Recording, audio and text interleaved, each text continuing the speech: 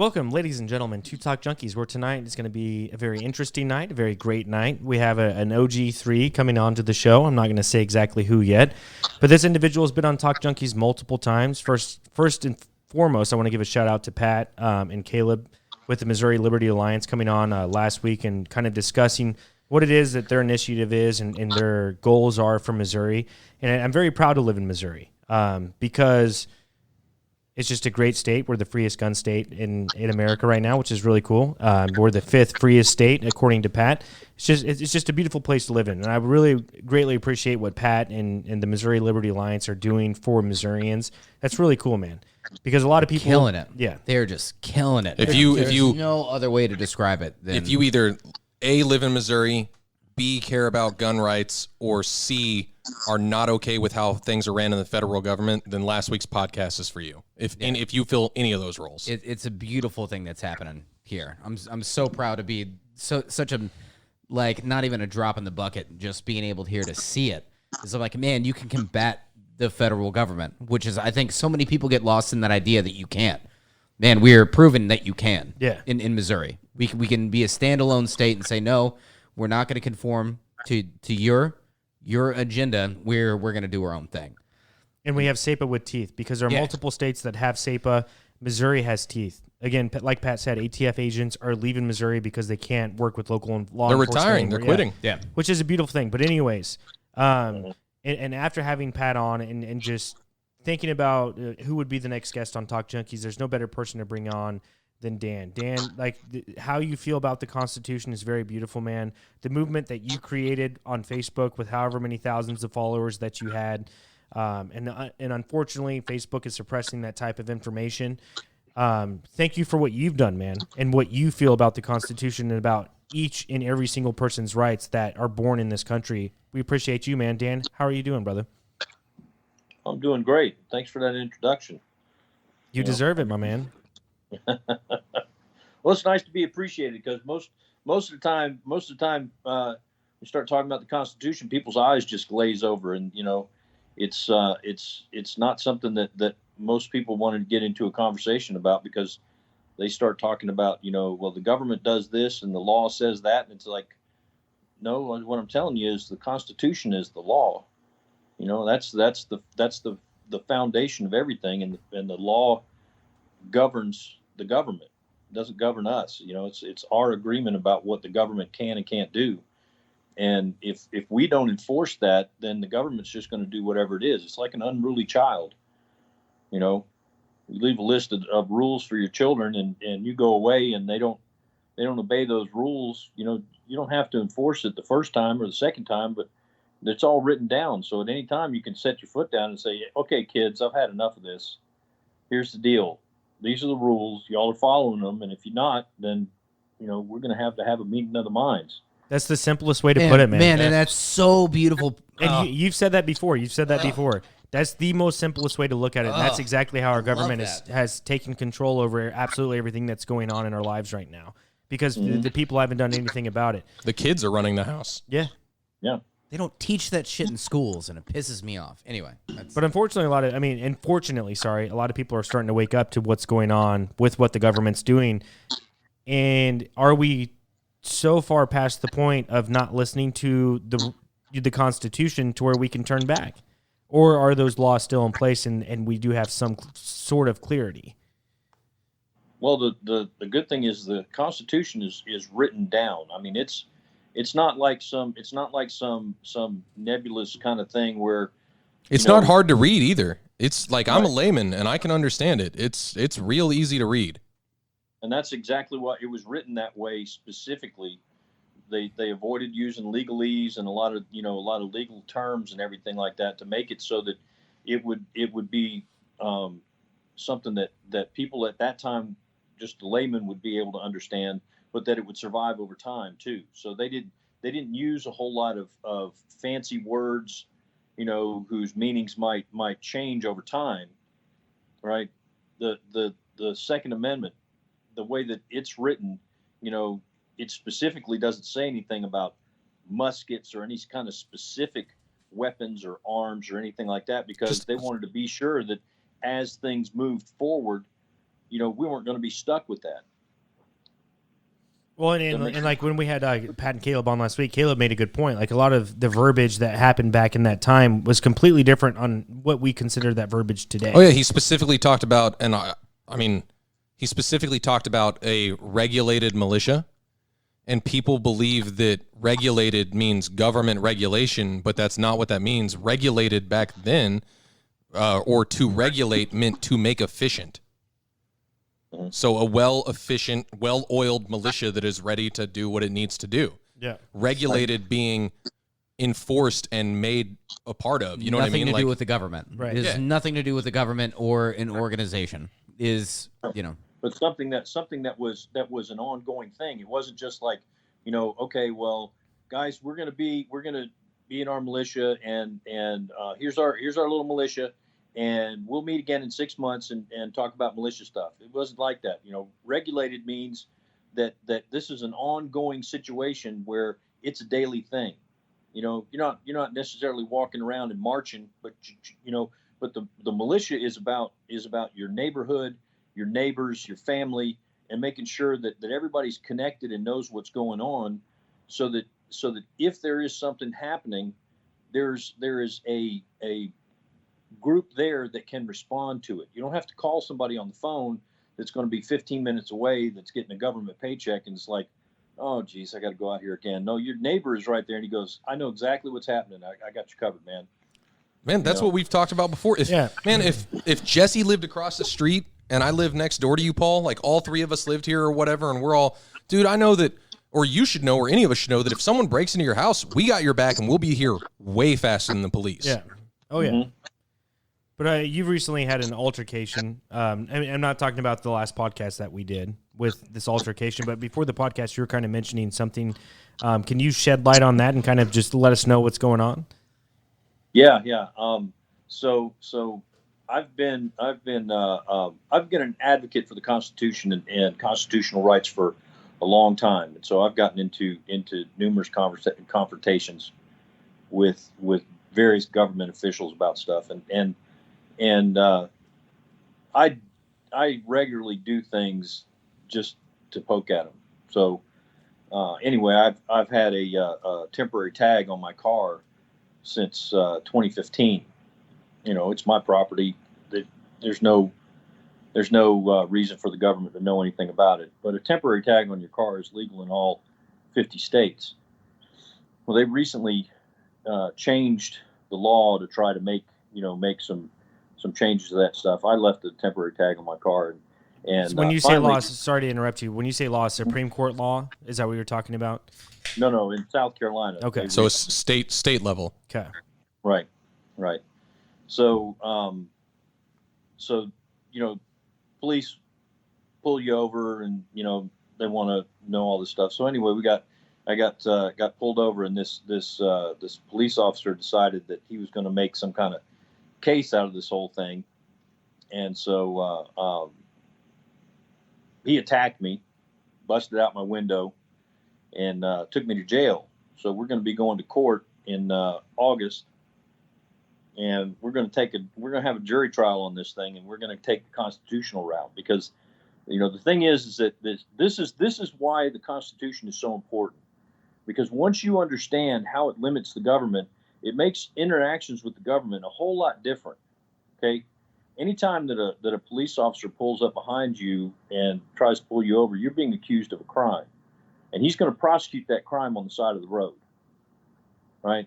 He's going to give you a ticket that has a fine on it and says, you got to pay this fine, and it's up to him to decide whether or not he wants to bother with taking you to jail or not. That's the power that he's assumed. But once you're accused of a crime, you cannot be required to be a witness against yourself. Right? That's the Fifth Amendment protection. Mm-hmm. So you're not required to provide him with any information, period. Not your identity, not your insurance information, not your registration in your car, none of that stuff. That's what the Constitution says. The right of the people to be, the Fourth Amendment, the right of the people to be secure in their persons, houses, papers, and effects against unreasonable searches and seizures shall not be violated. Right? Now, there's a second part of that we'll get to in a second, but that says right there that the government doesn't have the authority to come in and just interfere with you at will. You know, the second part lays out what is warranted, and it must be something where a person swears out by oath or affirmation. They say that they have observed you doing something. They have to have that warrant in hand. So police officers actually don't have any authority until they get a warrant.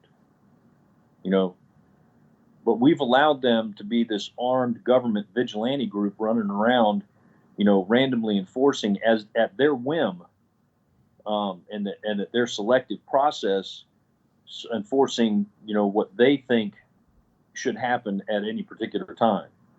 And anytime that person is pulled over, I'm sure y'all have at various times been pulled over for some kind of infraction.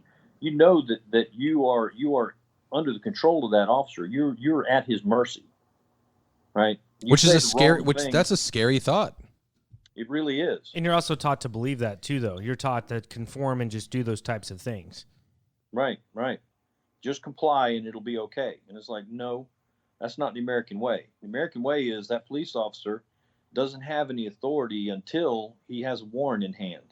He has to know specifically who you are and why you're coming, and he's got to inform you of that. You know, I have a warrant here that says that I need to take you into custody. So if you're taken into custody by a police officer who doesn't have a warrant in his hand, then something has gone wrong.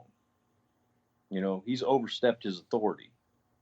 You know, he's overstepped his bounds with all that. And no one's really ever tested these people whenever they do these types of things. No one's ever tested it. They just went along with it and conformed. Well, some people test it and then just end up getting a shit ton of fines and prison time. But not enough people. But like there have been Supreme Court rulings, and it's specifically in your case when you're traveling on a highway or a local road, like that if you're not involved in any type of commerce, then you are not required or obligated to have insurance or tags. If you're just driving from point A to point B, you're not making money, you're not required by law. And this was like Supreme Court rulings in like the 70s and 80s, to where you weren't obliged to. Did I say that right? Obliged to participate in that type of environment. Right, because driving is a commercial activity.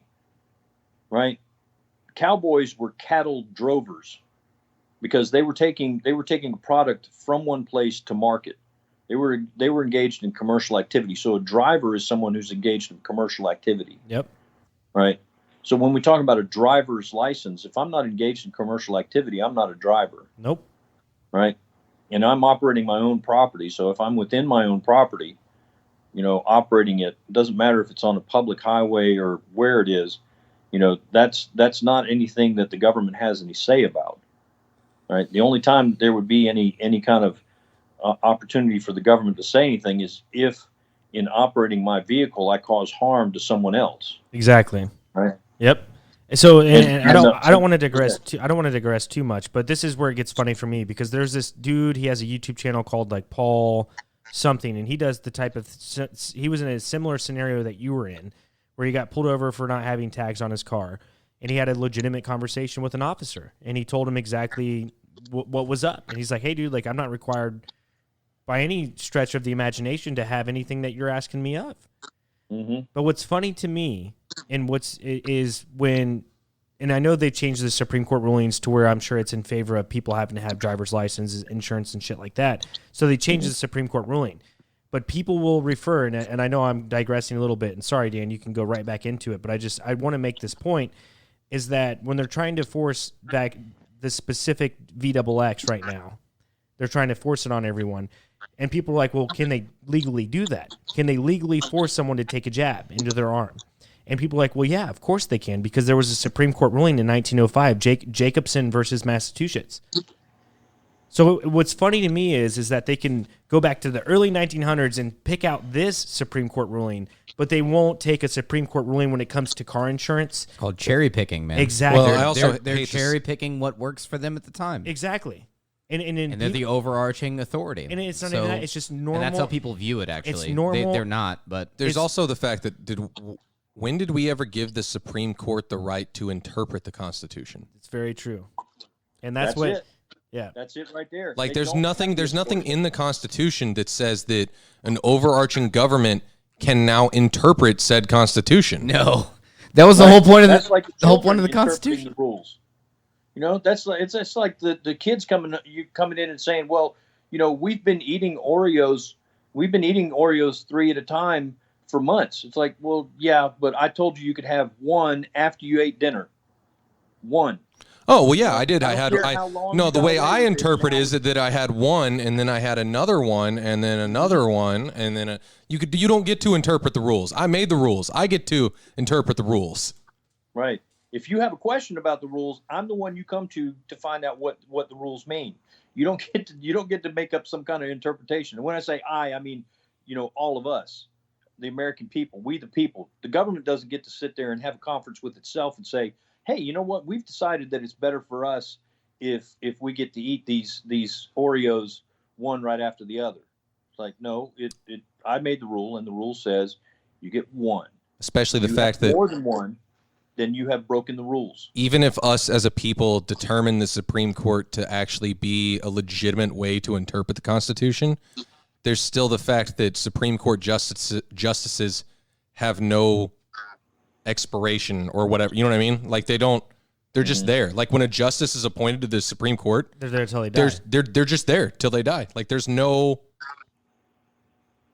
Right. There's no restriction on them. And that's one of the other dangerous things about, you know, the whole idea of case law and precedent and, you know, Supreme Court interpretation is that it can go back and forth, and, you know, 90% of the Supreme Court rulings that come through we never even know about.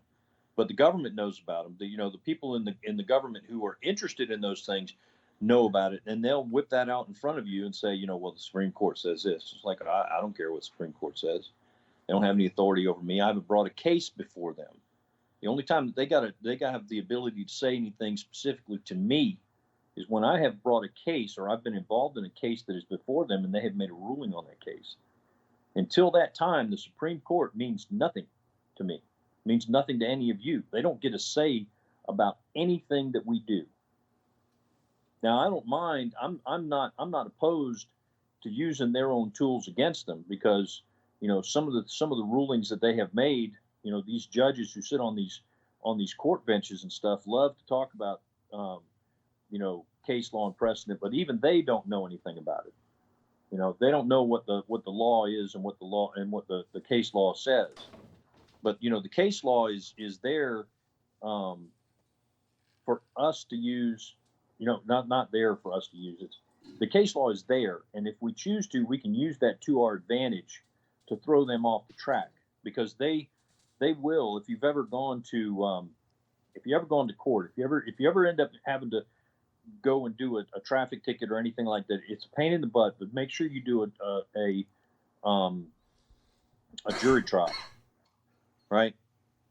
And if you guys ever get into a situation like that and you want some advice on your thing to proceed with it, you know, I'll be glad to talk to you about it, because I already beat a state prosecutor in court over a similar situation like this a few years ago. Kicked his ass. And, you know, the judge the whole time was screaming, you know, because he dismissed the jury, or didn't dismiss the jury. He excused the jury over my protest from the courtroom 3 or 4 different times because I was talking about the Constitution. And he wanted to shut that stuff down. I'm like, nope. That's the whole deal right there. It doesn't matter what state law says. State law is subordinate to the Constitution. Which is weird to me. And as federal law too, and federal, like everything comes back down to that. But the fact that a judge and at that point when they swear on oath, and then you're in a public courtroom and you're reciting things from the Constitution, and they're like, holy shit, like we got to get the juror out of here. Like, right. We don't want them to hear about this, but then the judge still favors in your side. That's surprising. Well, because no, he didn't favor in my side. This was the thing: is that he didn't favor in my side. He just kept getting knocked on his ass, and he didn't know what to do about it. And so, you know, the prosecutor was finally like, you know what, we're going to have to do something here, right? So we just ended up throwing the whole thing out, because he could see already that he was not going to get a prosecution, and we were in there for a jury trial. So the judge's authority in that respect was already restricted. He couldn't just declare me guilty. No, it's up to the jury. Right. So the jury is there, and they're the authority in the courtroom. So they just got to fucking walk away from the whole thing. All right. They don't have because they don't want to take a loss, and they absolutely do not want to have a jury come back and say, "Yeah, Mr. Cox, you're right." Because that sets a precedent for the future. Yes, now it's on file. It is now an official case file, just like they reference Supreme Court cases. You now have a case on file where the jury declared you not guilty for something that the judge and the prosecution and the state and the federal government wanted to declare you guilty for. So instead, for that to not be on file, they just drop all charges and throw it out. So let's just. That's so shady. Let's just go back a little bit, okay? Because like you had said, Dan, if we ever need help and any of us are in trouble with the law, that hey, like let's give you a call. Let's take it to the jury. So for anyone who's involved in going through this process, what are the steps that they could take to take this type of thing to jury? Because think about it, like you just said. Who in their right mind, whenever you get a speeding ticket or you get arrested for marijuana or for mushrooms or whatever it is you get arrested for, that you shouldn't get arrested for, in our opinion or in my opinion, you're going to go before a judge and a lawyer, like you said, and they're going to decide what it is, or they'll get with your lawyer and say, hey, we can do this type of deal without a jury involved at all. You're not involving anyone else. Why would you ever want to go through that process when it's just a judge who you have no idea who that person is? The prosecuting attorney is already out to get you and say, hey, fuck you, you broke the law, we're going to get you. That's their one job, by the way, is to be out for blood. Right. Like the prosecuting attorney. They don't know you. On paper, they see what a cop said about the situation. They weren't there, and they don't know what happened. So what? The fact that everybody doesn't hate prosecuting attorneys in America, that shouldn't bother you a little bit. They're the role that they play. Anyway. Yeah, that's terrible. So what do people do to get a jury involved in whatever it is that they're going through? Well, first thing is make sure that when you go to court, you do not enter a plea, because the first thing they're going to pressure you to do is enter a plea, right? And as soon as you enter a plea, you've basically given the judge a door to start making rulings on your case and start looking at evidence and making say, do not plea anything. I don't plea anything. I want a jury trial. Just say that. I'm not making a plea. I want a jury trial. I want a jury trial. Jury trial. And if they say anything about it, well, we don't do jury trials for stuff. Just all you got to do is say Article 3 of the United States Constitution states plainly that the trial of all crimes shall be by jury. If there's a fine or jail time involved with this thing, then it's a crime. And a jury trial is required. It's a requirement. I cannot waive it. It's not a right. Okay? This is the other thing that's important to understand about the Constitution, is that when we talk about our rights in the Constitution, the Constitution does not grant us any rights. The Constitution puts restrictions on the government. So when the Constitution says that there is a right, okay, it's putting that down as a way to put a restriction on the government, right? So when we talk about the right to trial by jury, that's a requirement. The government is required to do that. You cannot waive a trial by jury. You can't come in and say, well, I've decided I want to have a magistrate do this. Like, no. You may not do that. And you may not be pressured into doing that, because the government does not have an option to do it any other way. Plea agreements are illegal. Pretrial interventions, pretrial, any of that stuff.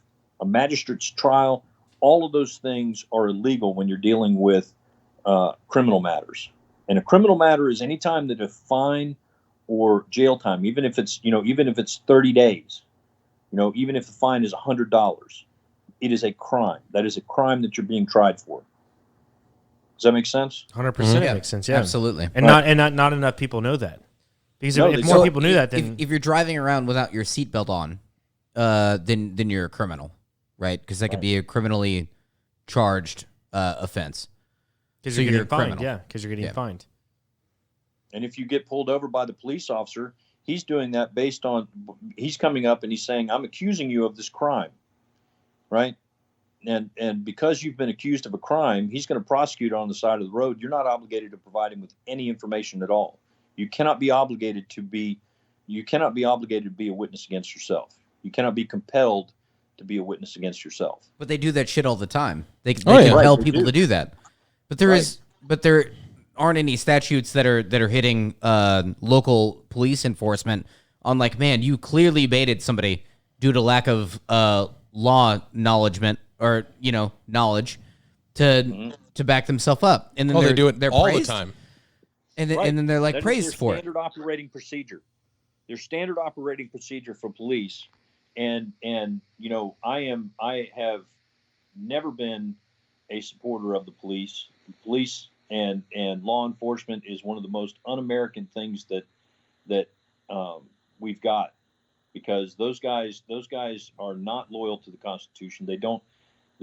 Most of the police are corporate employees. They're employed by cities and towns, which are not really government entities. They're corporations. Absolutely. think- I've never even I thought think you about guys- it that I way, think but you that's so guys had true. That guy Crow.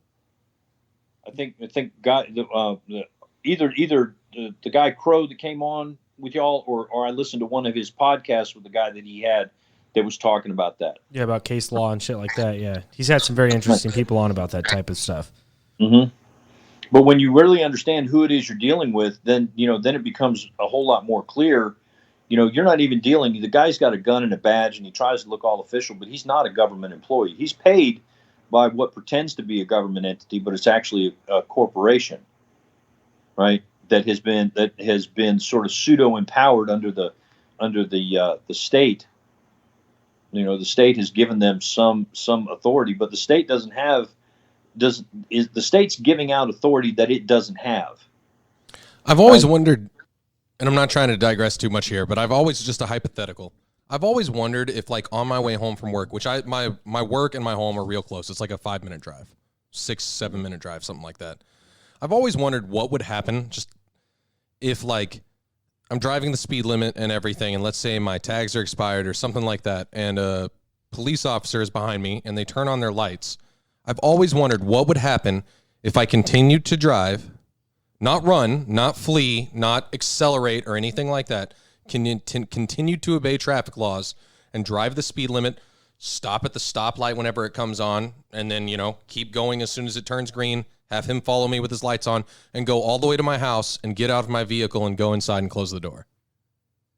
You wouldn't make it to your door. Yeah, no, they'd Right. shoot your They ass. would shoot you. Yeah, they'd either shoot you or tackle you. That's I haven't done They'll anything shoot the worth shit out of shooting. you. I haven't done anything worth That shooting. doesn't Me. matter. Yeah. That doesn't matter to them. This is why it's important to understand who it is you're dealing with. Okay, these and this is why I'm so opposed to police and law enforcement, because they're trained to take control and establish themselves as an authority in every single interaction that they have, every time. So when they turn those lights on, the expectation is that you are going to stop. If you fail to do that, then they take that as a disrespecting their authority. You're not doing what it is that you should be doing in their eyes. I do disrespect their authority. Who in the right mind? Why? How did we get to a point where we allowed people to have that type of authority, to where they're in It their wasn't vehicle? up to us, man. No, I know, I understand that, but like the way that you're It was not describing given it, by us. how insane does that sound? That we allowed that to happen worldwide. By the way, may I remind everyone that if you put someone in power that literally went through a year of training, they're in it or 6 months. 6 By the way, months, I've and they- never elected a police officer. yeah, and I haven't either. Right. And they are in their car and they have that power where you don't pull over Right. and it's instant. This is a disrespect to my authority. I can apply to be a police officer. What right do I have to govern y'all? Yeah, that's Well, insane. they'll tell you. They'll walk you through the whole thing. It's law enforcement. We have these laws that have to be enforced. Well, they ignore the foundation that all authority in the United States, all governmental authority in the United States comes from the Constitution. That's in Article 6 of the Constitution. And every government official is governed by that. Well, the police get around that because they're not technically government officials. They are corporate employees, right? And they are enforcing They're enforcing legislation. That's their duty, and that's what the Supreme Court has said. This is an interesting thing. The Supreme Court says that the police are not there to serve and protect. They're there to enforce the law. So if they come into a situation and they determine that say you called up and said that somebody broke into your house, right? And when they get there, you're in the front yard beating the crap out of the guy that broke into your house. It's highly likely that you're going to go to jail for assault and battery. Right. And Which is what we were talking about earlier. I called you guys because he broke into my house, but well, we don't know that. What we know is we came up here and you're out here beating the crap out of this guy. What it comes down to is we really have to understand what the situation that's going on. When I went to work today, there's just this person that I interact every once in a while with, and I don't see them very often. They're a janitorial service to the place that I work at. And I was like, "Hey, how are you?" And the person just said, "I'm okay." And I'm like, "Well, you're just okay? What's going on?" Well, I was at a funeral on Friday, and there was a shooting. There was a drive-by shooting at the funeral, and that's here in Kansas City, and someone died. So that's just kind of been weighing on me. They didn't know the person, but the person that was having the funeral was worried that they're going to get shot at, or because there was a drive-by at the funeral. They said that KCMO came, Kansas City, Missouri cops came. Like, there's not much we can do for you. Right. They're known gang affiliates. They're involved in gangs. Sorry, we don't know what to do. So now you have the cops who are picking and choosing what kind of crimes that they're going to try and interact with. Right. What is going on? Like, someone died. Someone got shot and killed, and I can't do anything about it. Too much paperwork. Yeah. I can pull you over for speeding, though. Exactly. Like, that's the type of environment that's we're easy. in. That's easy money because you've been brainwashed to comply. So that's easy money. Like, you're going to pull over. I'm going to give you a ticket. We're going to have our little spiel. Now you're going to pay the city $170 and go on your way. I just made the city money. I just validated myself and my own position and my worth to this city. And now I get paid and all this and blah, blah, blah. But no, I mean, like a drive-by shooting and all that, like, that's pretty intense, and someone else can investigate that, and it may not even need investigating, and there's really nothing we can do about it. Because there's no money to be involved in that. Yeah. Right. They go after the low-hanging fruit. Like, one of my first interactions with the police was when I was about 5 years old. Our house got broken into, and we got robbed. My mom had taken my sisters and I shopping, and we came back and we walked in the house, and I'm just a little kid, so I don't know what the hell's going on, but there's banging around going in the house. My mom figures out that someone has broken in and is still in the house, so she grabbed us. We left, went to the neighbor's house, called the cops. Cops showed up. Seemed like forever. The guys were in the house when we were there. Their van was parked on a dirt road behind our house, so everything's right there. We can, my mom could see them, the neighbors could see them, doing all this stuff. And the cops showed up and basically told us there was nothing they could do. They didn't even investigate. They didn't even come in the house and see where the guys broke in, how they got into the house or anything like that. They didn't go back to the back where the van had been, right? And what came out later on was that these were guys that they had already known about, right? They knew that these guys had broken into multiple houses around. But, they told us, well, you're not going to get any of your stuff back. Like, well, why are we not getting any of our stuff back? I don't understand that. What is the purpose of having you guys around? Which I hate to say this, but that's actually completely fine. It's fine that you're not getting any of your stuff back, and it's fine that they didn't do anything, as long as they're also not doing the opposite end, which is pulling you over for temporary tags and shit like that. Mm-hmm. You can't do one and not the other. Right. They're there for a specific reason, and they're not doing those reasons. If you're not useful in, people break into my house and you're not some kind of investigation, a crime has been committed, you're not investigating it, you just drop the whole thing, then on the opposite end, there should be no reason for you to exist to pull people over on the side of the road. Right. And it comes down to exactly what you were saying before about selective enforcement. You can drive through there's small towns here, y'all probably have them in Missouri too. There's small towns here where the police there, the town makes a whole lot of money off of speeders, and they will pull you over for going 4 miles an hour over the speed limit. Oh, when I used to, so we don't have that. Luckily, we don't have that in the town that we live in very much. But there's a specific spot near a casino in Kansas City where it happens, and there's a specific spot where I used to live in Platte City, Missouri, where it happened all the time. Where it was literally the road. It changed. It was a whole bunch of woods and trees and everything, and you cannot legibly see the signs. But between Platte City and Farrellview, it changed from 45 miles an hour to 25 miles an hour about half a mile before you got into town. But there were no signals that you were getting into town.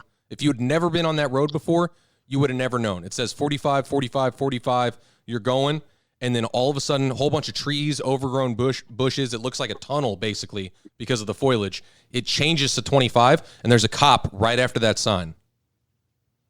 Cop knows what he's doing. Just making money. Oh, yeah. Just making money. Yep. And the thing, too, is that these guys will pick and choose who it is. You can be driving through one of these towns and, driving along with traffic, right? And they'll just decide who it is they're going to pull over, right? They'll just go eeny, meeny, miny, mo. It's like, same thing with when you're going down the interstate. Everybody's going down the interstate, usually about 10 miles an hour, 9 miles an hour over the speed limit, and they'll just pick one person out. It's like, okay, how did you decide that you're going to arrest this one person out of all these people that are doing it? Does the good outweigh the bad? Like, what's the purpose of cops? Like you said, it's to enforce law or whatever specific law is going on in that state at any specific time, because each state has their own constitution. Each state's passing legislation that happens within their state that affects every citizen that lives in that state. So what we have to find out here is, like, we've talked about it many times, Dan. You've been on the show many times. Is like, are police really even necessary? Because everything that we've talked about tonight specifically states that most likely no, they're not really the answer. Because when you have a well-regulated community, not necessarily even a militia, a community which you could probably intertwine the two and call them the same, let's just all get together as a community and let's just do this on our own. And you know what I'm saying? Like what about paramedics, though? So what about paramedics and more like firefighters and paramedics and EMS and all that? I mean, I think extremely necessary. Yeah, 911 right? service for sure, yeah. Not so much police. I mean, like with my step. But who do you interact with the most? So, like, and this was an interaction that it was extremely terrible for me because, I mean, I've been arrested 3 times, all for marijuana in my younger days. SWAT team in my house, all that bullshit. My stepdad passed away, I think it was like 5 or 6 years ago, and he had a heart attack. And when he had a heart attack, like, my mom called 911. They come. I show up to the house. I lived at the time. Luckily, I was really close. I show up to the house. It was really a surreal moment. Well, the paramedics came. They tried to revive him. Very grateful for the paramedics, by the way. Like you said, like, they're very necessary. And they tried to revive him for like probably 20 to 30 minutes, and then they come out and they're like, well, no, like, we can't save him.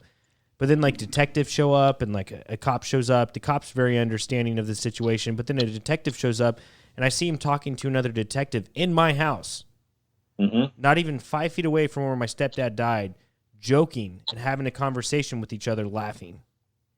So which they don't even need to be there. Exactly. Yeah, I mean, it was just, so for me, like, when you say paramedics, yes, they're very necessary, but when you bring in the police aspect, and I know the detective that I'm talking about, I really respect the guy, but in that situation, I was like, man, this is really unprofessional. You know, I don't even know why I'm bringing it up, but let me ask you this real quick, Dan. If you were to come up to a police officer without being in any kind of pulled over scenario or anything, and you ask to see the police ID, do they have to show it to you? In the same manner that they ask to see your ID for no reason, can you not do the same thing to them? Their driver's license, not their badge. Yeah. Can I see your ID, sir? Like, can you ask for that? You can, but that's I would not recommend it. They're above the law. They're not going to show you. Why? Because you're stepping, I wouldn't recommend it either. On some toes? Right. Because in every situation, they're trained to be the authority, to establish authority, to take control, and to be in charge. So the minute that you come up to them and you start doing anything that they consider to be some kind of disrespect of their authority, they're going to turn that situation around on you. Right? It's poking the bear. I was going to say, Right? even if they don't, it's one thing to troll them and and bring them in and get them into a situation where you kind of know what's going on, but going up and asking them for ID is really kind of, unless you've got a whole plan about how you're going to handle that, that's just not a good idea. But Like, hold on, there's no sense to where I could ask a police officer to, man, can you put your firearm up on top of the car for the safety of myself? Like, can you put your firearm up on top of the car to where, while I'm talking to you? You got to think about it like this, though. You know? Like with everything that happened with George Oh, you Floyd. laughed at that, but is that not, me as a citizen can ask that? It's true, but that is actually a legitimate request. Yeah. Because you are in danger. Yes. Whenever you interact with a police officer, he's armed and I'm unarmed. Can you put your firearm away? yes, Like, that's reasonable. That is. But and I wouldn't even say that this is really even. So you look at what happened with George Floyd last year and like how much police have been put on blast. In the video that you showed me earlier, I wouldn't be surprised if those were videos from this year, because you see a lot of cops starting to conform with people and what they're asking. Like, hey, can I see send that? I believe I'll there send that are- shit to you. You need to send that to Dan, What- which is obviously for more comedic it's purposes. that's a but joke. but what That's I- a it's comedy more video. comedic, but still, there is something there. What I'm saying is cops are being they're being more looked at. You see defund the police in Minnesota. In there, I had a recent guest that came in to where I work, and he lived in Minnesota. I was like, hey man, how is it like up there in Minnesota? And he's like, dude, it's terrible. There are no cops. A lot of cops are just resigning. He's like, crime went out the roof. It's insane. You know what I'm saying? Like, so I mean, I don't know really where I'm going with this, but I think that like cops are being put on blast. So they're like, I don't want to be put. The cops are like, I don't want to be put in that position to where, like, they're forced to do these types of things. But at the same You're time, wanting more scrutiny, like you're talking no. about, because they're under more scrutiny, is what they've always should. and that's have what I'm been. saying. What I'm saying is, in And light it's of been allowed to be run amok. in light of everything that's With happened, police officers? in light of everything that's happened, I think it's a good thing that they're being put on blast so people actually see like what's going on in this type of environment. The other thing is, we have, as a society, accepted police officers and accepted the service that they provide. So we're no longer allowed to protect ourselves, which is the inherent problem. Because, for example, you talk about, imagine if all of a sudden the police officers in our town left. There were no police officers whatsoever, or a bigger town. Let's say Kansas City. Let's say Kansas City downtown.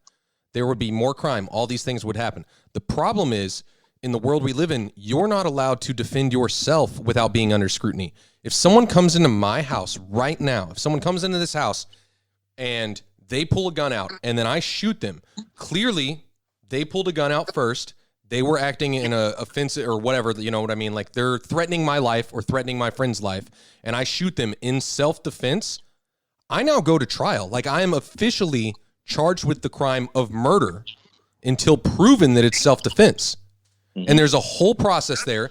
It cost me a ton of money. It cost me reputation. It cost me media time, all this different stuff. Let alone not just money, but my actual time and my ability to make money and live my life freely. It cost me all these things, so you're not allowed to do it. The same with corporations don't allow you to do it. So the place that you work, if someone comes in and they get drunk at the bar and you try to remove them from that bar, your corporation will fire you if you forcibly remove them. The policy at hand is to call the police and have them deal with it. When in all reality, if it's your place of work and this is a company that you work for and this person is out of hand, you should be able to forcibly, with 3 other people, your manager gets involved, 2 other people get involved, and you forcibly remove them from the business. And that's the end of the story. There should be no more to it. 100%. But in this society, we don't do that because we've relied on the police. What I'm saying is, like, in light of everything that happened like 2 years ago with George Floyd, like, I think police like, they're being watched. No, I'm agreeing with you. I'm just saying that's the reason that, like, you talk about crime rates and stuff, because people still aren't allowed to defend themselves. And I didn't mean to bring that up. I'm specifically saying that they know they're being watched now. Like, when you showed me that video and they're actually answering the question, like, hey, where's your ID? And he's like, yeah, I got my ID. Like, 10 years ago, you should, like, you try and have that same video copied, be like, no, fuck you. Like, I'm not going to show you my ID. Like, police are on blast now. Dude, in the 80s, you would have got the shit beat out of you. Yeah. If you were to ask that question to a cop. That's what I'm saying. Like, You've please. just been like, no, So, like, I'm beating the shit out of you right now. within this conversation, and I don't think it's due to anything we're Ruin your talking. life. It's not due to anything we're talking about, and why police should do something a certain way or why they even exist, they're being put on blast now. And I think that is somewhat of a good thing. It's a good thing. It's called accountability. Yeah, exactly, yeah. Right. But again, that's- go ahead. Go ahead. No, you go ahead. Sorry. Well, that's something that we definitely need more of. We need more accountability for what the government is doing. People need to stop just accepting this stuff because, like you said, we're not allowed to defend ourselves anymore. You're not. We have given that responsibility over to the government, and everything that you allow the government to do means that you have given them you have given away your responsibilities. And the important thing to remember is, we talk about America being the land of the free and freedom and everything like that. Well, we've been sold a wrong idea of freedom. Snake oil, baby. Well, yeah, freedom is not, I get to do whatever I want. That's not freedom. Freedom is responsibility. Freedom is the ability to govern yourself and make the decisions for yourself and take the consequences of those decisions. That's what freedom is. Freedom is not, hey, I'm gonna go out here and assless chaps and talk and be an asshole to all these people and you can't say anything because it's freedom of speech. It's like, damn it. No, that ain't it at all. That means you decide that's what you want to do and you accept the consequences of that. So if you come walking down the street and I'm there with my kids and I see it and I decide to knock you out, that's fine. Guess what? That was the consequences of your decision. Yep. That's not an acceptable thing to be doing out in public. And, according to most of the people around us. And if people disagree with that, we can go to court and have a jury decide. And that's the other, and I was going to say, that's the other thing. That's what the courts are for. And also, if you were to do that and beat up this person, but then 20 other people around all say that you're in the wrong there and they should be allowed to do this, then maybe you are in the wrong, Dan. Maybe. And that's up to a juror of your peers, correct? You don't need police officers for that. Right. But then, the thing is that it comes down to responsibility. If we're going to allow the government to do all this stuff, then that means that we have abdicated our responsibilities. We've decided that my personal safety is not my responsibility anymore. I have to call somebody on the phone, which is ridiculous. Right. And the thing that goes along with that now is that not only is my personal responsibility or my personal safety no longer my responsibility. I've abdicated that responsibility. That also means that I've abdicated the responsibility of making sure that the people around me are safe. When we're all taking responsibility for our own safety, it just goes along with the fact that we're looking out for the area around us and the people that are in that area, right? And it doesn't have to be any kind of altruistic, I'm a good person kind of thing. If you are under a physical threat and you're in my presence, that physical threat is just as much a threat to me as it is to you, right? There's nothing to say that attack that's happening to you is not going to come to me next. So it's in my best interest to eliminate the threat to you.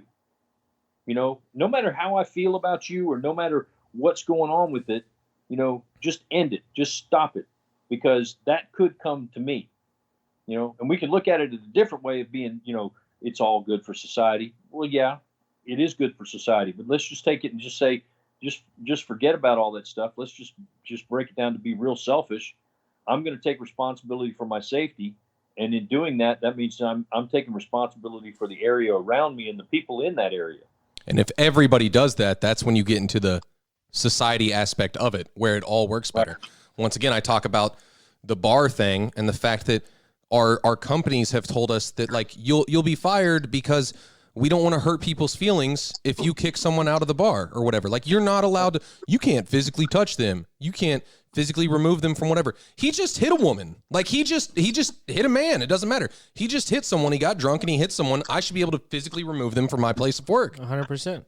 That is my responsibility, along with my co-employees. Like community responsibility, right? Yes.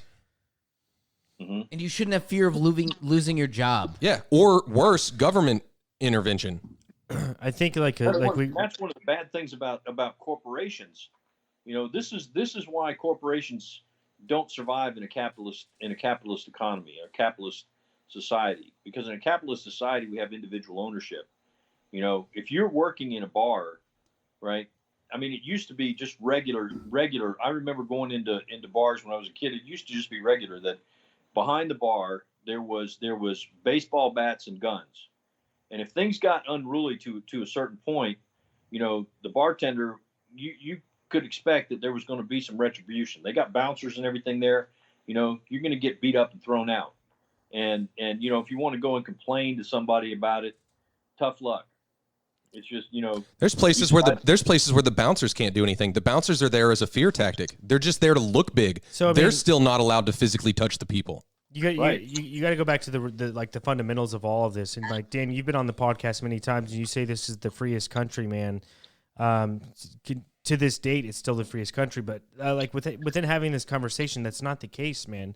We lost it a long time ago. Whenever you talk about bars that used to be able to do these types of things, and we went away from that probably 30, 40 years ago. And like when you're sitting there describing that, like, dude, I mean, I would take privilege as a bartender. Like, hey, if you get out of hand, like, I'm going to deal with you. Like, you're in my place of work. This is where I make money. You're fucking with my money. I'm fucking with you. And my customers who I feel responsible for. Like, I don't need to call law enforcement and get this handled. Like, I'm going to handle it myself. And of course, if I need help, I will ask for help. And there's help within the establishment that I work at that can help me out with this situation. You know what I'm saying? Is the federal government what is most represented whenever people think about the United States? 100%. Coming from other countries. 100%. This is the fucking problem. Yeah. That's the problem. Not people like me and you. And sitting down and having conversation and talking about shit like this. Like, we're people like you. We want the same things. Realistically, we all want the same things. But it's our federal government that's ruining shit. Well, so here's the thing, and I hope that this is encouraging to you guys, because here's the thing, is that I'm sure all of y'all have started a new job, right? Yeah. I don't mean like right now. Yeah, but we've all started a job before. Had that feeling. You've gone into a new place of employment, right? You go into a new place of employment, and basically, you know, you have to learn everything that everybody else is doing. You know, they don't adapt to you. You got to learn how they do stuff, right? Well, America is like a new employee, only this new employee doesn't do things the way that everybody else does, right? So what we have here in America, you can't find it anywhere else in the world. It's never existed. In the history of the world, America has never existed. You know, until the Constitution came along, there was theories about it. There was you know, things that were sort of in that direction. But America is a unique thing, and so there isn't any precedent. There isn't anything to look back to and say, how do we do this, right? All the things that have been happening is everybody looks around the world and says, well, how do they do it in Portugal? Hey, we should do it that way. It's like, no. We should not do it that way because Portugal is an authoritarian government. Well, we should do it like they do in England. No, because England is an authoritarian government. You know, all the things that people point to about how things are done in other countries do not apply to America. And that's the one of the big problems that we've had for a long time, is that we continue to look around the world and say, we need some instruction about how to handle things. The only instruction that we have for how we should do things is within the Constitution. And it's a unique pathway. It's a new pathway that has no, no,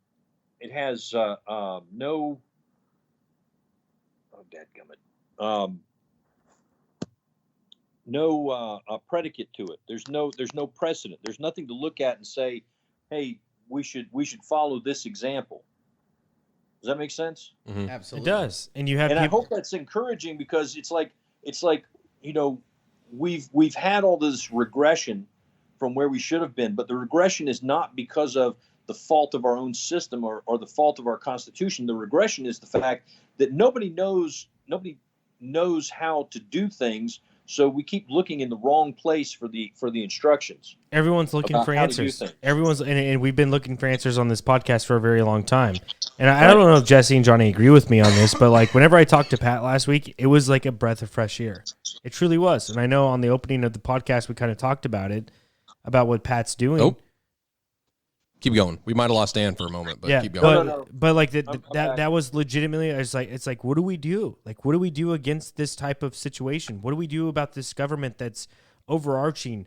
And we talk about these corporations that are ruling the world and all this money that's involved, and you're talking big money and all this shit. And you have someone like Pat and Caleb and the Missouri Liberty Alliance that I'm not saying they figured it out, but golly, man, they figured something out. Like they actually made something work. Like we're not talking about violence. We're not talking about a revolution. It's Constitutionally based. Yes, it's a revolution in its own, but like that's something sound. Like, what do you do to combat this? And we have this whole conversation. And I want to bring it back to what Pat's doing, and I think this is very important. Is he is being involved with the legislators in Missouri. He's being involved with his hands dirty. With senators He's getting his hands dirty. And House representatives. And like you said, Johnny, putting them on blast on a website. And right now, maybe there's only a couple thousand people that look at that website. But in a couple years, it could be even more thousands of people. Like, he is someone who is trying to hold politicians accountable. And as many podcasts as we have, and we've had a lot of them, over 175, and as many times as we've talked about government corruption and what do we do, and as many times as we've had Dan on and we talk about the Constitution and how important it is and how we should follow the Constitution, people have to wake up the next day and make the Constitution happen. We can't just sit here and talk about it on a podcast. Pat is doing that. Pat is waking up the next day and he is implementing the Constitution. Dan is going to court and he is implementing the Constitution. Not enough people are doing that. Right. Dan is the 1% when he goes to court and he says, "Let me get a jury." He's the 1%, probably even less. Nobody does that, man. That's what I didn't do it. That's what I'm saying. Because they don't care. Because they feel powerless. But hold on, Dan, you are the 1%. And God bless you, man. And Pat is the 1%. People, there is still a small group of people within the United States that are standing up for the Constitution. And we need more people like that, is all I'm saying. And having Pat on last week and him describing the situation that he's going through, it's beautiful. Having you on and like, dude, like you were, whenever Dan, I talk to guests at my work and say, I'm having Dan on tonight on the podcast. He's a constitutionalist. Like, dude, like I talk about you. You know what I'm saying? Maybe your ears itch or maybe your nose itches. I don't know, man. But I talk about you with people that I don't even know who they are, and I just let them know who you are. Like, that's what we need. We need people to stand up for the Constitution and not just talk about it. Absolutely. You know what I'm saying? And the thing, I think one of the great things about what you're talking about with Pat is he's found something, and he's found that loose thread to start pulling and just unraveling everything, right? If he continues to pull on that thing, you know, he's got the opportunity to get a whole lot of people to start paying attention to what it is that he's doing. Because I think one of the things that happens with a lot of people is everybody complies because they're scared. What's going to happen if I don't, right? Because I've talked to people for a long time about you know, the police don't have the authority to do this and they don't have the authority to do that. And I do that. You know, it's like they come up and they're talking to me. I'm like, yeah, no, you're not getting my ID. No, it's not happening. Or I don't say anything to them. Right. But most people, when that situation happens, you know, your heartbeat starts racing. And the first thing they do is they try and figure out some way to get out of that situation. So they start running their mouth, and they don't realize that they're digging their hole deeper. They're just giving that cop everything that he needs. They're never there to help you. Right. They aren't. The cop may say, "Hey, I'm trying to help you out right now. I'm trying to be your friend. This is your best." That is a lie. Yeah. That is always a lie. All I was going to do was just give you a warning ticket. I was just going to give you a warning and Nope. let you go along your way. But you decided to do it. You decided you wanted to do it the hard way. It's like, no, you decided that you wanted to come here and interfere with me illegally. You wanted to come over and falsely arrest me, carry out a prosecution on the side of the road, try and compel me to be a witness against myself and do an investigation, seize my person, and take me to jail illegally. I mean, the cops can't even pick you up and take you to jail and hold you. Right? That's illegal for them to do, because the only reason that you can be held until your trial, you know, or prior to a trial, is when it's been determined by a grand jury that there's reason to hold you. That's powerful. Now, I will say real quick, for the point of, because someone in the comments might mention it, or even if they don't mention it in the comments, They might be thinking it. A viewer might be thinking it. I have to say it for the point of conversation, even though I know we're running over time and all that. No, we're good. But for devil's advocate here, what does that mean for someone who is like, let's say we were to follow this and we were to go by the Constitution to a T and actually do things the way they're supposed to be done? Mm-hmm. Devil's advocate, what happens when there is someone who is speeding down a city road, not even the highway, a city road going 130 miles an hour? Like what do we do in that situation? They're obviously at that point causing potential. That still happens with cops today. People still drive down the road and go 130 miles an hour. Cops are the ones that are doing it, but yeah, true that. Hold up. Regardless, for the point of, you get what I'm getting at, though. Yeah. What is, you know what I mean? Like, the fear is what stopped us from doing that. The fear of police has stopped us from speeding and all that. But what I'm saying is, what happens when there are those people that are going down the highway in high traffic situations going 140 miles an hour? Dan doesn't even have to answer that, because you go back to community and you have a community involved in saying, like, hey, we're going to teach people. And if you see, if there's that neighbor and they notice there's always that jackass, man. Well, yeah, but they notice that orange Mustang that's going 140 miles an hour and it's past their house. Hey, fucking Scott just went 140 miles past your house. We're going to find out where you know what I'm saying? Like, do you give up all your freedoms? Do you give up all your freedoms and rights for a couple jackasses, basically? No, you're right. You're right. That's you know a good way I mean? to, like I said, do you give I'm, up all once your again, shit playing for devil's just a couple advocate here. fucking assholes? Like, I think if you have community involved more so than not, then I agree with both of you. I'm just asking and the that's question. how it used to be. No, I actually knew a federal officer. One of my best friends at the time was dating a girl who had a federal agent as a father, and he would talk about, hey man, we get like 3 calls from domestic abuse, and she just wouldn't like do anything and press like charges. She wouldn't on press the guy. charges, or So we took him out back the 3rd time, and we never heard back from that house, and we fucking handled it. I heard that from like a federal level agent. And this is like way back in the day is what he was talking about. I'll never say names or anything like that. But he was like, yeah, we never heard back from him. Because, we took care of it. Yeah, she's too timid. She's too timid. But we took care of it. Yeah, quit beating your fucking wife. Or we'll come back, and it'll be the last time we come back. And that dude was hurt, you know. Sometimes that's what it takes, you know. And the thing is that I don't disagree with what the cops did. I just disagree with the fact that the cops did it, if that makes sense. See, that's something that you and I should be doing. Agree. Yeah, when we know about something like that in our neighborhood, that's something. But that responsibility has been removed from us. If you and I do that now, right? It doesn't matter. It's not the Andy Griffith show, right? It's not the Andy Griffith show anymore. It's not Barney and Andy anymore. That's not the world we're fucking living in. Right. And it's not a situation where, now the cops go over there and they just make their decision and they prosecute the guy, let's just no, now we go to jail for beating the shit out of him, doing the right thing. Right. Or you don't beat him up and he goes, she's sitting there and her orbital on her eye's broken and she's got a bloody lip and she's missing a tooth and it's obvious that he's beaten her 10 times, and we go over and handle him and make sure that he ain't going to do something like that again. We just take his ability to do something like that away from him and send him on his way. We're the ones who are going to get in trouble for that. Absolutely. But that's how the world has worked. It's how it should function, For way longer than anything has ever. We've always been able to police ourselves as human beings. That's just kind of how that works. But I think the biggest thing. Freedom.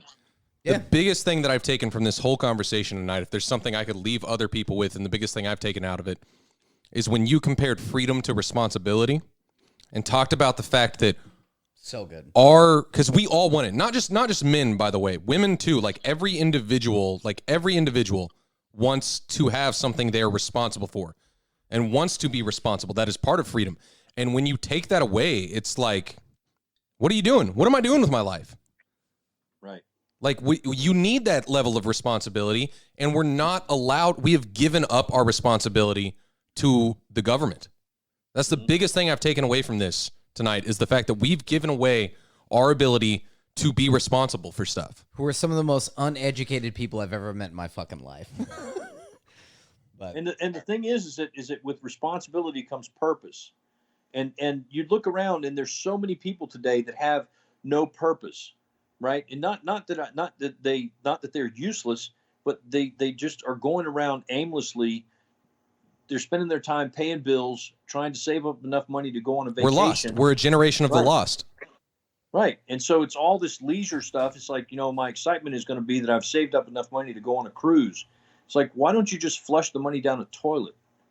Right? Why? Why would you do that? Why wouldn't you save up the money to do something that is building, that is creating, that is putting something together for you to have in the future? We're builders and creators. We are the people who run the world. That's why America is such a threat to everybody else around the world. That's why we're under attack. It's because we are the builders and creators. We are the leaders of the world. We're leading the rest of the world to the free world, and we are a threat to every other government on the planet. And if they don't take us out, we're going to take them out.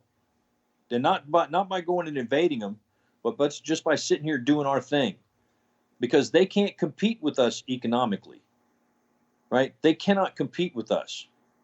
Before World War II, before the government got heavily involved in our economy, before World War II, there were over 150 different automobile manufacturers in the United States.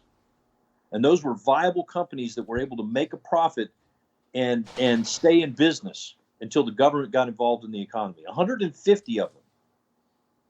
Just think about that. That was the kind of economy that we had. That was the kind of freedom that we had. And the government shut all that down so that by 1980, there were three major manufacturers. Chevy, Ford, and Dodge / Chrysler / Jeep, whatever. You had GMC, which was Chevy, all that jazz. Right. Yeah, General Motors, Ford, and Chrysler. That was it. But I do want to get back to that thing where you were playing devil's advocate with the guy speeding. Like Paul was saying, that happens already. But the problem is exacerbated by the fact that we have police suddenly deciding to get involved, and now this guy who was just putting the pedal to the metal and he wanted to see how fast his car would go and it's going to slow down. Now all of a sudden he got caught by the cops and they're chasing him. Now he can't slow down. Now he can't stop. Now he's like in a panic. Every once in a while you get these people who do this stuff, and sometimes they cause wrecks. Sometimes they crash themselves, but a lot of times all it is just somebody who's just decided that, here's a clear stretch of road. I'm going to just. No, you're right, because in general, if I wasn't scared of the police and stuff, I'm smart enough to know, and I assume that the average person is smart enough to know that on a clear stretch of land or whatever, if I want to take my car up to 110 real quick for 30 seconds, I can do that. Yeah, what's the point? And it'll be fine. Yeah. Right, and you should be allowed to do that because you're going to accept the consequences of your actions. If you decide to do that, and it turns out to not be a clear stretch of road, somebody pulls out and you hit them, right? Okay, or a deer jumps out, or you blow a tire or something like that. Mm-hmm. You're going to accept the consequences of that. But the police are coming in and saying, no, we're going to impose some consequences on you. Yeah. For no reason. Yeah. Right. For absolutely. It's no like reason. Minority Report. Yeah. Stopping crimes before they happen. Mm-hmm. But not just stop. No, sorry. Let me rephrase. Not stopping crimes before they happen. Prosecuting people on crimes before they've happened. Yeah. Right. That's a good way. Hey, Dan. Your alarm went off, by the way, just a heads up. We're a little bit over an hour, so I think we'll leave with that, man. There's a lot of good information in this podcast, man. A lot. I don't know if there's any lasting things that you guys have, but that was jam-packed, man. It's jam-packed with a lot of good information. Dan, I always enjoy talking to you. It's always a good conversation. I like it. I'm Always glad, good, because I really man. enjoy talking to you guys too. It's always been fun from the very first time. I've always enjoyed this. And just to think that Facebook connected us, man. Yeah. It's one good thing that came out of social media. Don't give the Zuck any more credit than he deserves. Yeah, Jesus Christ. Hey, yeah, I'm currently trying to not get another 30-day ban on Facebook. Best of luck. My account has been open and free for about 3 days now, so we'll see how much longer I can last. Probably not much longer. Well, it's always a pleasure, man. A lot of good information. I don't know. So you were able to get back into your Constitution page on Facebook? Yeah. And posting on that? Mm-hmm. Fantastic, man. Hopefully there's a lot of traffic going through that, and people are being informed on what it is that you're presenting to them with the Constitution and how important it is. Man, read the Constitution. It's real easy to read. Important. I've done it. It's real easy to read. And I did it because of Dan. It took me a couple times. It took you telling me to do it a couple times. But finally, after like our third podcast, or second or third podcast, I was like, you know what? Screw it. Bored at home one day, looked it up, read through the whole thing, read through it again, whatnot. It's super easy to understand. It's real basic. Right. And the more that you read it, the more clear it will become that it's a blueprint. It's a plan. It is a plan. It's not just a bunch of lines. No, if we just followed it, stuff would work out okay. Yeah. Oh yeah. It'd be amazing. 99% of the problems that we have would be solved by the Constitution. 95% of them would be solved by just implementing the militia. If we just did the militia, which is required by the Constitution, it's in Article 1 and in the Second Amendment, 95% of the problems that we have would be taken care of. And I almost want to go out there and venture and say that the Constitution is almost basically just common sense in general. It is. Yeah. Mm-hmm. So it's really not even the Constitution. It's just common sense of being a human being. And I know everyone's different and blah, blah, blah, but for the most part, in my opinion, it's common sense. I think everybody can agree on the one thing that we've always said, which is a variation of the golden rule. It's kind of like the do unto others as you do unto yourself. Who hates on the Constitution But honestly, just besides government officials? Freedom. There's a lot of people. It's outdated. It's just an old document. Oh, it needs to be changed. Yeah. Freedom is do whatever you want. Just don't harm other people. That's it. Don't harm. Yeah. Don't go out of your way to make someone else's day shittier. Other than that, do whatever you want. You want to collect rainwater? Collect fucking rainwater. Who the fuck cares? Yes. You want to build a fence? Build a fence. Now, if your neighbor is upset about the fence, y'all come to an agreement between the two of you. Other than that, though, why does the city need to be involved? Right. We've dealt with something recently with a couple of weeds that were in our yard that the city got called about or whatever, and it was like, hey man, there's a lot more underlining issues. I know. There's more to it. It's not just weeds. You got to tell me about this because I don't no idea what you guys are talking about. It's not that big a deal. Dan, podcast. Appreciate you coming on, man. It's always a pleasure. So people can still find you on your Facebook page. What's it called, man? It is called the Constitution of the United States. On Facebook? On Facebook, yeah. Okay. And that's where people can find your work and what you do and anything else where they can find you? They can also find me on my personal Facebook page when I'm not banned. So, I'm available and accessible. People are free to message me or comment on my page. My page is public, as is the Constitution page. I try and keep up with the comments and everything like that. If people want to get into a discussion or a debate or an argument or whatever like that, I'm always up for that. So, rock on, man. Well, as always, thanks for joining Talk Junkies, man. It's always a pleasure to have you on. I hope to talk to you soon and hope you do well. Well, thank you, sir. It's a pleasure being here. Hope you all have a good one, and I'll talk to you all later. Will do. Have a good night, Dan. Take it easy. Love you, boys. Love you too, man. Love you too. Well, there you have it, ladies and gentlemen. Dan from the Constitution of the United States on Facebook. Check him out on Facebook if you search for that. He's just a very nice guy to have on the show. Always appreciative of Dan coming on. Hope you guys enjoyed it. To all our junkies out there, stay fly and ring the bell.